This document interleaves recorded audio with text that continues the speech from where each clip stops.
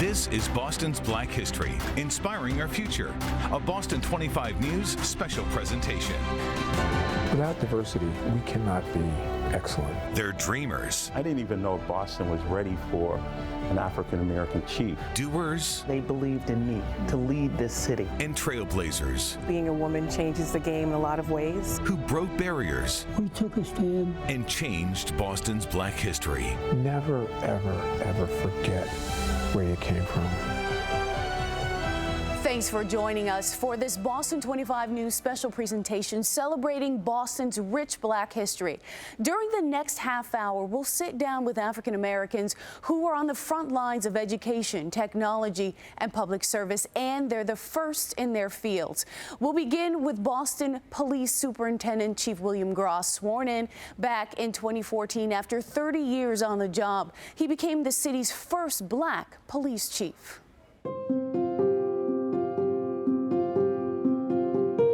This is it, and this showcases history.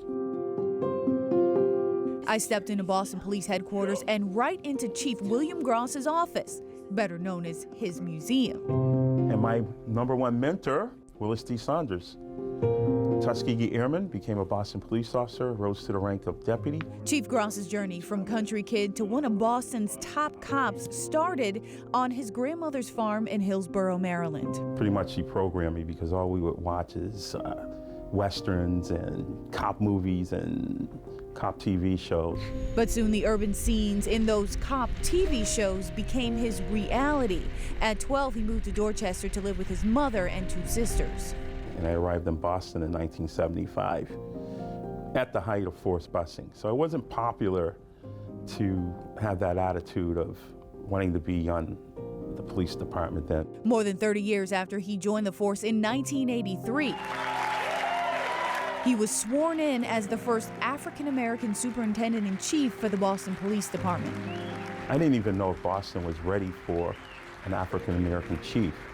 But I knew that Boston was moving in the directions that would distance it from its horrid past of racism and exclusion. Have you ever been the subject of racism on the job? Absolutely. When I first came on in '83 as a cadet, sometimes you would hear the N-word, and sometimes you would hear Caucasians spoke about in a certain way as well. The chief dealt with it thinking of his grandmother's advice when he was called the N-word back in grade school in Maryland. And then she said, baby, you need to tell someone first, because just because of the color of your skin, a lot of people are going to think when you hear something negative, you're going to automatically respond with violence. And you're bigger and better than that, and I taught you better than that. So take a step back. People can change. Views can change, but sometimes those being oppressed have to teach the oppressors. So when we take that victory away together, we can work on everything else. It's a lesson the chief says he teaches the young people in the community he works with, the cadets and the officers he mentors, like Officer Dennis Simmons, who died from injuries sustained in the hunt for the suspects in the Boston Marathon bombing. His photo has a prominent place in the museum. It was one of the toughest days of my career when I'm in the hospital in the emergency room watching him on that table, just hoping for one last breath. The command staff, the officers that are coming after you, what do you hope that they carry into the future? Never forget where you came from. And you should have that empathy, sympathy, care, and respect, because we serve the community. It's not the other way around. Chief Gross has focused a lot of his work with young people in Boston, including Operation Ceasefire, aimed at curbing youth violence. Now, women, especially women of color, made history in elections across the state last year. Framingham voters elected Dr. Yvonne Spicer, their first mayor ever, and an African-American STEM educator who knew a thing or two about being the first in her field. All the duties incumbent upon me as mayor of the city of Framingham. My race, my gender was transcended by the fact that they believed in me to lead this city. It was a history-making election. Framingham residents were choosing a mayor for the first time since the city was founded in 1700. And it was a history maker who won the seat. I always had a curiosity of how things work, and I ultimately went on to study architecture in high school and went on to study technology education, creating. And that was something too that was important to me. We have cameras on different strategically throughout the community. I met Dr. Yvonne Spicer in her office just a couple of weeks on the job and one snowstorm under her belt. But her story actually began in Bed-Stuy, New York as a little girl who loved to take things apart. I was probably about 7 years old and took apart the blender and I was fascinated what was causing those blades to move around. At 6 years old, Mayor Spicer had a life-defining moment, meeting Congresswoman Shirley Chisholm. All discrimination is anti-human. It set the tone for a lifetime of trailblazing. This woman made social justice for women or rights for women fashionable way before they were. The fact that she was the first woman to ever run for president is pretty remarkable.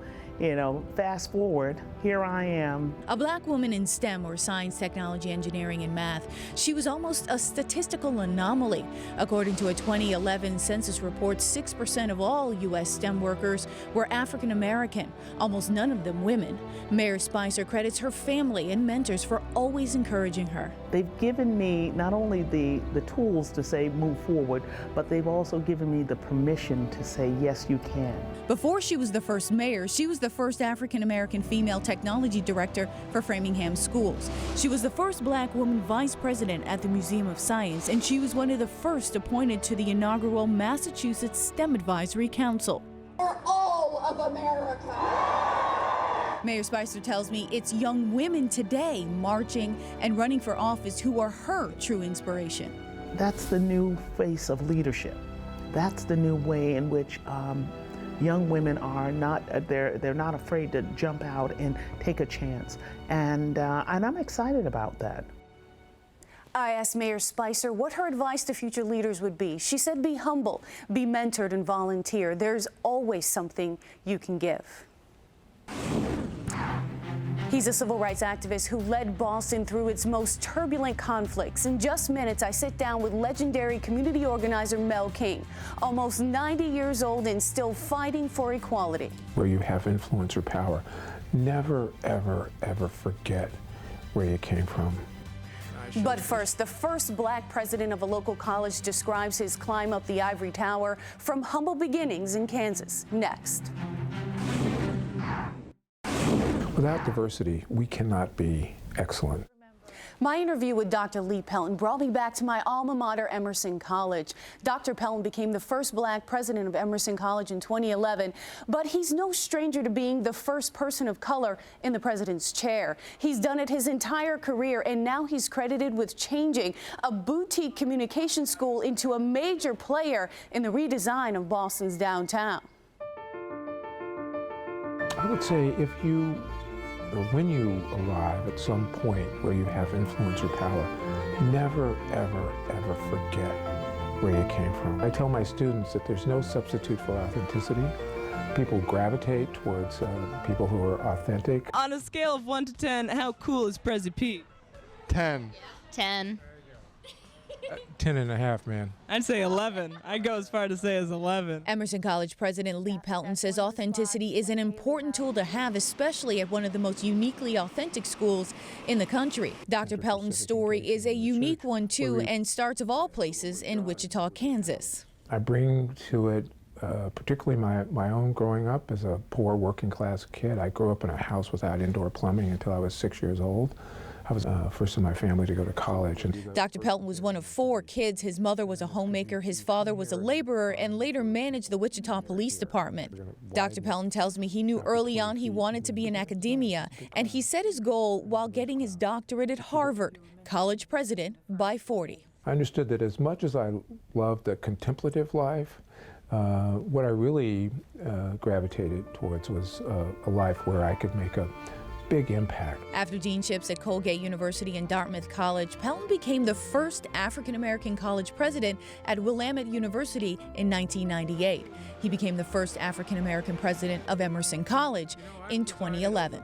There are folks who I think who see me in that role and think that I'm in that role because of some affirmative action, which is, not the case. It's never been the case for me. That perception diminishes you know, your value. Dr. Pelton tells me he's proud of the value he brought to Emerson. He's credited with helping to reshape Boston's downtown. The school has broken ground on an $85 million Los Angeles satellite center, and they've entered into a partnership with the Ambassador Theater Group at the Colonial Theater. But the lack of diversity remains a problem. Less than 3% of the student body is African American. We increased diversity by 100%.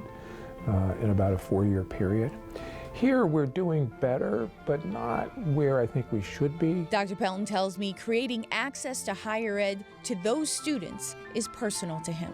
For people of privilege and wealth, the networking is visible. It's right. It's in the air they breathe. It's, you know, they touch it. It's when, and they know what to do. And so what I want to do is to make that world, which is invisible to those of privilege, I want to make that world visible to students for whom it has mostly been invisible. Dr. Pelton keeps a Vietnamese proverb close at hand. When eating fruit, remember who planted the tree. When drinking clear water, remember who dug the well. Tears came to my eyes because I can only imagine what it means for little girls growing up in the city of Boston. Making history, 6 women of color now sit on the Boston City Council. Our candid conversation about the future of the city. But first, his life of public service and activism spans 60 years. Legendary community leader Mel King gives his advice to younger generations fighting for equality today.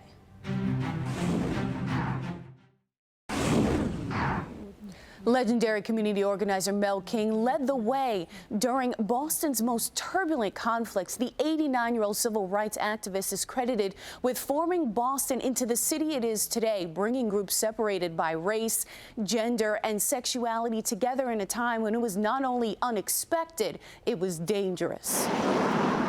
When you think of Boston's South End, what comes to mind? Historic brownstones, 5-star restaurants, a community of inclusion. Now imagine it gone. In the 1960s, city officials took a wrecking ball to 24 acres of what was called Boston Skid Row, displacing hundreds of families in the name of urban renewal. And a young Mel King wasn't having that. He was born here in the South End in 1928, one of 8 kids, and he and his neighbors would fight to save it. We took a stand. This here area where we're right now, they were going to make into a parking lot, etc. We rimmed it and stopped them from parking, and then Tent City unfolded. In 1968, hundreds of demonstrators camped in a parking lot where homes once stood, calling for affordable housing. 20 years later, the Tent City housing development was built. We, in the community, made the city honor its federal commitment, and so doing, the decisions about what could get built and under what circumstances were right in the hands of the people who were affected. I met legendary community organizer Mel King at the now iconic South End Technology Center, one of his many bases of operations for the last 60 years as a teacher, youth worker, fair housing advocate, 10-term state senator, and in 1983, the first African American to run in a final election bid for the mayor of Boston. We had begun to build this network of different groups who had been pushed aside. King also ran for Boston School Committee 3 times, a decade before forced busing forced integration into Boston. The city was still alive with all the antagonistic and racist approaches that we got to be known for. He spent his career advocating for inclusion and access, including access to technology. As an adjunct professor at MIT, he created the Community Fellows Program in 1996. They talked about this being the information highway, but a lot of people can't get on it, and they get bypassed. More than 20 years later, he's still creating access to that information superhighway with after-school programs here at the Technology Center, including computer programming, 3D printing, and music producing. He shared with me some of his original work inspired by Barack Obama's presidency. I want you to know my story. I asked King what advice he would give those kids and other activists coming behind him. They have to define for them what kind of world they want to live in. That one really swings.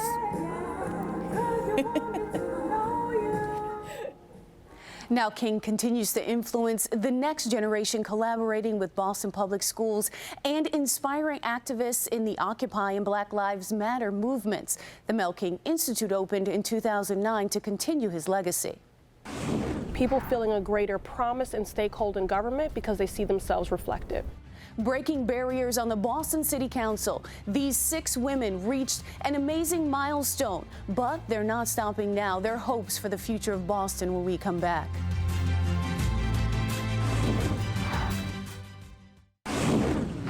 It was a historic election. 6 women of color seated on the Boston City Council last November. The council elected its first black female president just a month ago. I sat down with these influencers for a frank conversation about sexism, racism, and their vision for the future of the city. What do you think it says about the city of Boston that a year after President Trump was elected, that the city then elected 6 women of color to the Boston City Council? Boston hasn't skipped a beat. We have always been a city that has welcomed everyone from all backgrounds, every nationality, every religious affiliation, age, income, etc. And I think our policies that the council of this last term and the council of this new term have put into place and are working on continue to reflect that commitment. Mm-hmm. I'd add that we still have work to do. I think that this is an incredible thing to celebrate. It's something that we should spend some time talking about and reflecting on how and why, but also recognize that we've got so much more work to do as a city, as a state, and certainly as a nation.